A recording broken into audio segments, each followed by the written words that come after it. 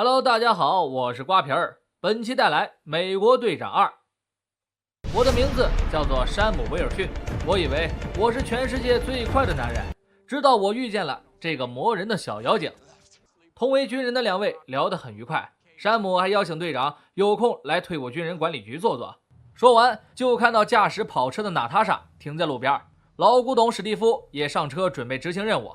山姆是贼鸡儿羡慕呀。印度洋海上，神盾局的船被海盗劫持。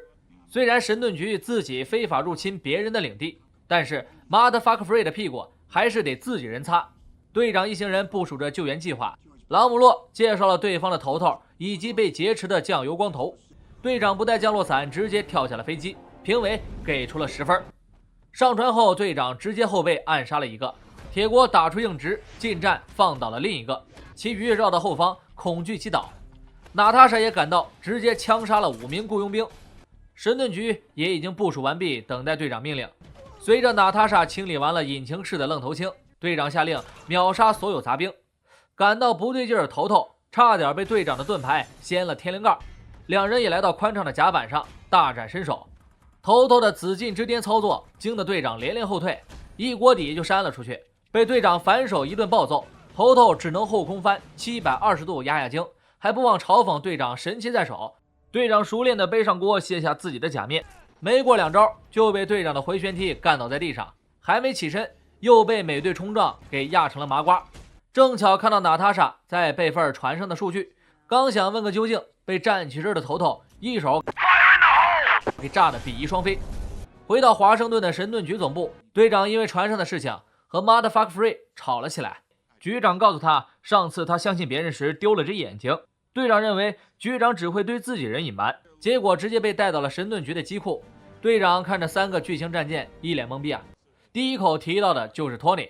战舰部署的新武器可以完成精准的远程打击，瞬间消灭成千上万的人，跟玩一样。而他们的卫星也定位了地球上的每一个人，有一点犯罪倾向都能被察觉。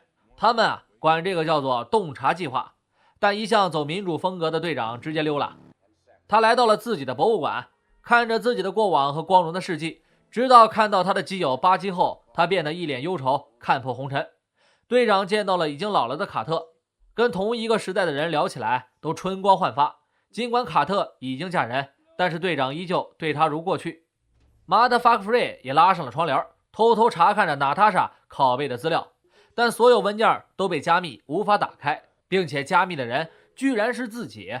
神盾局部长皮尔斯此时正在理事会商讨着自己的看法，却被 Motherfucker 打断会议。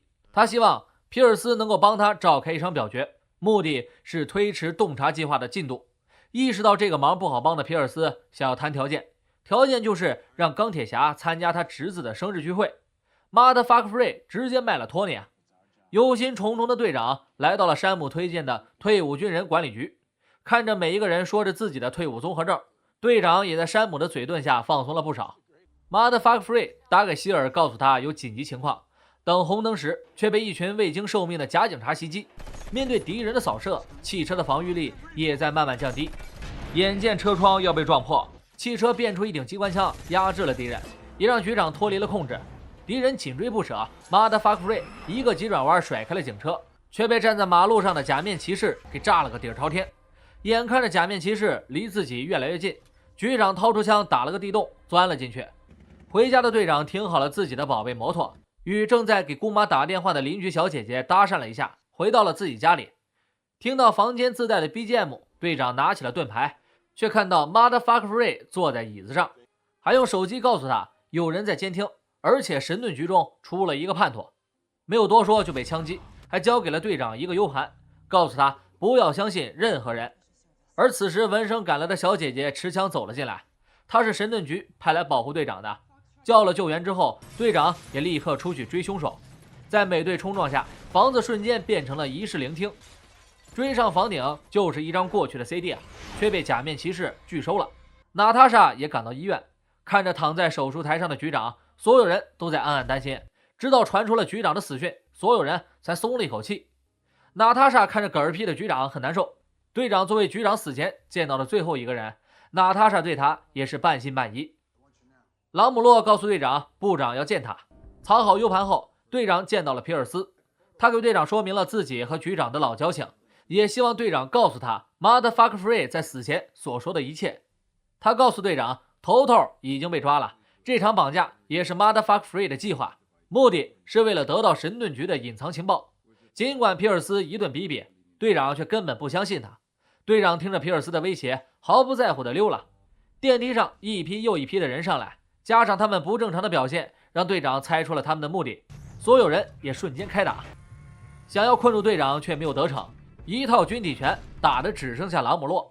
然而他更不是队长的对手啊！揍晕了所有人后，队长准备离开，但是外面已经被包围了。走投无路的队长选择跳下去，在盾牌的受力下逃离了大楼，开着自己的宝贝摩托冲了出去。赶来的人体描边大师也拿队长没有办法，队长跳上了飞机，直接摧毁了机翼，一个华丽的砸地完美谢幕。这时被渗透的神盾局也在全面通缉队长。小姐姐卡伦提出问题，却被皮尔斯来了个恶人先告状。逃脱后的队长却找不到藏起来的 U 盘，知道被娜塔莎拿走后，逼问 U 盘的下落。娜塔莎却告诉他，假面骑士其实叫做冬日战士，他是来自一个前苏联的组织，但是他们的行踪跟幽灵一样。为了找到冬日战士，两人临时组队，破解了 U 盘的内容，一切线索都在新泽西。两人波波躲避了一波朗姆洛的追踪，来到了这个队长曾经训练过的地方。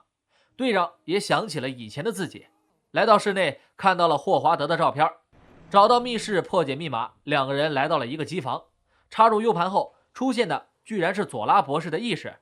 他将自己的大脑存在了这6万多平米的机房中，两人所有的疑问都被佐拉解答。早在神盾局创建时，九头蛇就已经渗入到了内部，随着时间的推动，部分九头蛇也成为了神盾局的高层，而洞察计划就是为了九头蛇的统治而准备的。但此时一颗来自神盾局的导弹马上袭来，佐拉也是为了拖延时间，他们只想灭口。躲在坑里的两人躲过了一劫，神盾局也在地毯式搜索。九头蛇的新老大皮尔斯会见了冬日战士，佐拉也被爆炸摧毁。他要让他10小时内解决队长一行人。落魄的队长两人只能投靠山姆，急缺人手的他们收到了山姆的简历，于是他们前去取山姆的猎鹰套装。酱油光头和参议员也同为九头蛇成员，威胁下，酱油光头被队长抓捕，膨胀的他又被娜塔莎踹下了楼，又被猎鹰提了起来。山姆当年的装备也是秀的一撇，吓得酱油光头把一切都说了。班纳、斯特兰奇等等都是他们计划消灭的目标之一。洞察计划也是佐拉编写的一个程序，通过人的爱好、兴趣等等，评估一个人的过去，预测一个人的未来，最终由3艘战舰消灭，一次性消灭几百万人。只剩下16个小时，洞察计划就要开始实施了。突然，酱油光头打了酱油，冬日战士也逼停了他们的车，一招手杀完美落地，队长也被一发榴弹炸下了桥。娜塔莎的突然偷袭也让冬日战士愤怒地摘下了战术护目镜，队长也手持盾牌冲向机枪手，放倒了他。托尼还是说的对呀，打队长还是得打腿。娜塔莎与冬日战士也打了起来，但是娜塔莎明显不是对手，被击中了一枪。队长也及时赶来肉搏冬日战士，两人打得你来我往，不分上下。冬日战士的小刀也耍得贼劲儿酷炫。最后队长夺下了他的面具，看着这个熟悉的面孔，队长说：“李斯巴基啊！”巴基说：“滚！”就被随后赶来的猎鹰踹飞了出去。神盾局赶到，巴基也已经逃脱。队长一行人被抓捕，路上被伪装的希尔救下，带到了真正神盾局的藏身之地。接下来这个男人大家请记住啊，5月11号的惨案都是他一手策划的，他的名字叫做乔·罗素。他们见到了 Motherfucker Free， 局长并没有死，而是利用班纳抑制浩克的河豚毒素，将心跳降成最低。他的目的就是为了抓出神盾局里9头蛇卧底。巴基也被雇佣兵看守着。他突然记起了自己的过往，原来当初掉下悬崖的他被9头蛇抓捕，并且催眠改造成了冬日战士，一个没有感情的冷血杀手。摔断的手臂也被9头蛇改上了麒麟臂。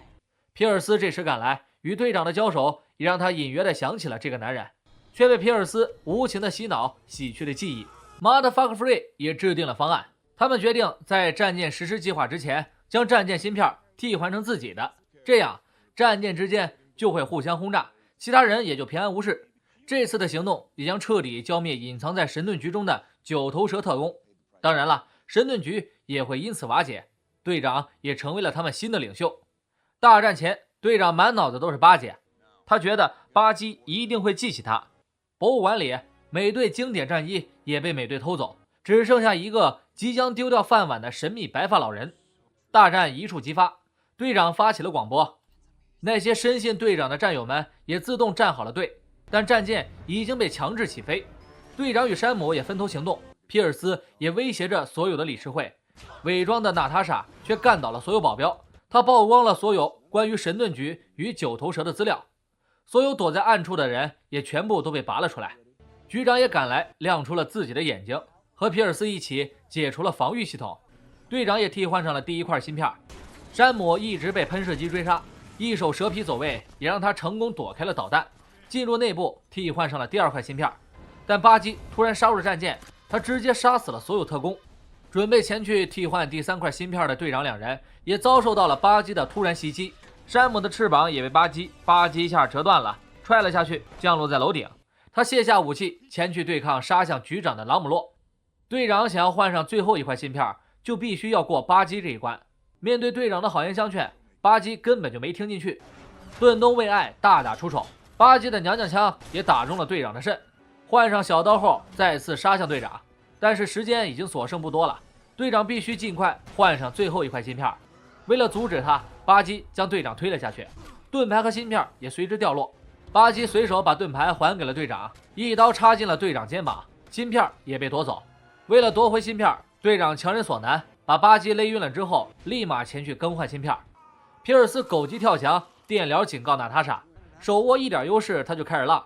他启动了最后一艘战舰，队长一步一步往上爬，巴基拿着娘娘腔在下面捣乱，连中数枪的队长瘫软在了地上。被启动的战舰已经部署完毕，瞄准了以托尼为首的近100万人。最后一秒，队长也艰难地换上了芯片，阻止了程序。队长也让希尔控制的战舰互相轰炸。娜塔莎麻痹了电疗仪，膨胀的皮尔斯也被局长击杀。战舰的残骸压住了巴基，队长身受重伤前来营救。皇城 PK 的山姆朗姆洛也被撞来的战舰逼得撒腿就跑，被支援的局长和娜塔莎救下。队长也救出了巴基。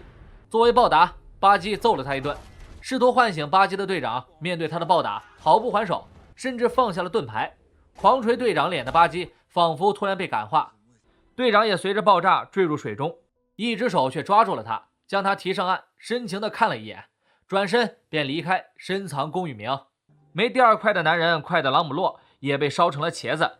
娜塔莎一句话也封住了所有官方人的嘴，潇洒地走了出去。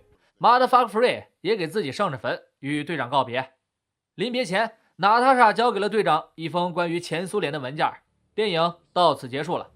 片尾里，洛基的权杖落在了九头蛇杂碎史崔克的手里，他利用心灵宝石把双胞胎兄妹变成了异能人。哥哥是真最快的男人，妹妹超级养眼，充满仙女气息，超能力呢管他呢。而巴基却在博物馆里偷偷看着自己的照片，一脸好帅的样子呀。好了，本期的节目到这里就要结束了，欢迎订阅瓜皮的栏目，下一期银河护卫队1不见不散。